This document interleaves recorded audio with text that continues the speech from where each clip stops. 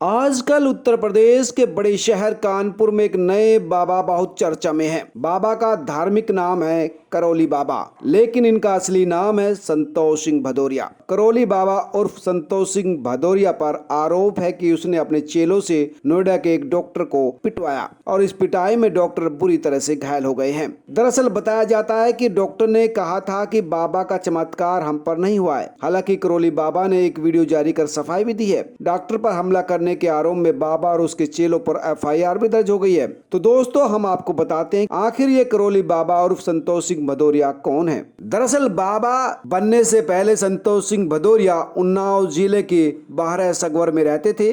बाबा पेशे से किसान हुआ करते थे और किसानों की राजनीति भी क्या करते थे। और जब किसानों की राजनीति करते थे तो उस वक्त देश के दिग्गज किसान नेता महेंद्र सिंह टिकैत के साथ संपर्क में आए। संतोष सिंह ने महेंद्र सिंह टिकैत के साथ कई आंदोलनों में भी भाग लिया था और उसी समय कानपुर में किसान यूनियन के बड़े नेता संतराम सिंह की हत्या हो गई।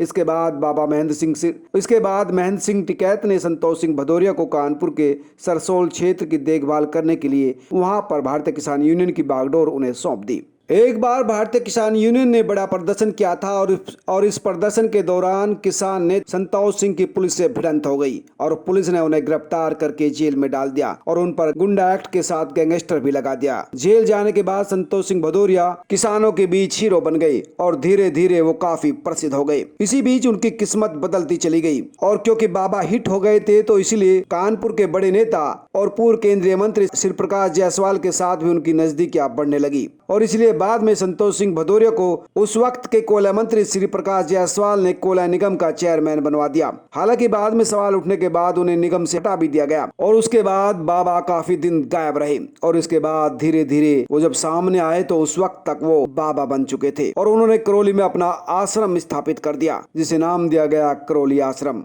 अब किसान से संतोष सिंह भदौरिया बाबा बनकर प्रवचन करने लगे और धीरे धीरे उनके अनुयायियों की संख्या भी बढ़ने लगी और वो काफी मजबूत होने लगे। आश्रम से स्थानीय लोगों को जड़ी बूटी दी जाने लगी, उनका इलाज किया जाने लगा। इस आश्रम में संतोष सिंह भदौरिया ने अपने गुरु और करौली सरकार राधा रमन मिश्रा की तस्वीर लगा रखी है। साथ ही मां कामाख्या का मंदिर भी बनाया हुआ है। कानपुर और आसपास के लोग संतोष सिंह भदौरिया को करौली बाबा के नाम से जानते हैं। जब बाबा से पूछा कि बाबा इतना बड़ा आश्रम कैसे बनाया गया तो उनका कहना था कि मैंने ये आश्रम अपनी कमाई से बनाया है। सरकार को नंबर 1 में टैक्स देता हूँ, साल में 10 करोड़ का टैक्स देता हूँ। कागज देखिए और इनकम टैक्स वालों को साथ में बुलाइए। यानी बाबा 10 करोड़ तो साल में इनकम टैक्स ही देखते हैं। जाहिर सी बात है, आप समझ सकते हैं कि बाबा को साल में कितनी कमाई होती होगी। दरअसल बाबा तंत्र मंत्र और हवन से कई बड़ी बीमारियों को ठीक करने का दावा करते हैं और उनके लिए अलग अलग बाबा की रेट लिस्ट भी है। यदि बाबा के लवकुश आश्रम में आप एंट्री करते हैं और बाबा को अपनी समस्या बताना चाहते हैं तो आपको 2600 रुपए की रसीद कटवानी पड़ेगी।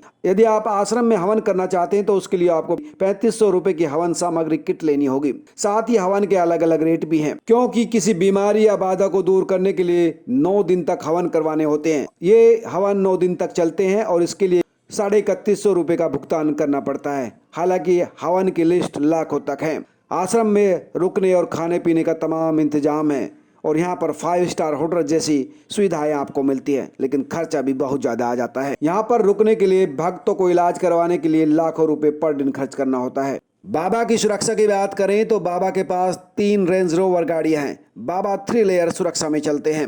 उनके चारों ओर बाउंसर रहते हैं। पूरा आश्रम सीसीटीवी कैमरे से लैस है। बाबा का लवकुश आश्रम 14 एकड़ में फैला हुआ है। आश्रम में एक स्थान से दूसरे स्थान तक जाने के लिए वाहनों का इस्तेमाल होता है। इसके साथ ही बाबा के आश्रम में प्रतिदिन 50,000 से ज्यादा भक्त आते हैं। वहीं अब कानपुर पुलिस बाबा से पूछताछ की तैयारी कर रही है, क्योंकि उनके खिलाफ डॉक्टर ने रिपोर्ट दर्ज करा दी है। दोस्तों, आप इस घटना के बारे में क्या सोचते हैं? अपना कमेंट लिख के जरूर बताएं।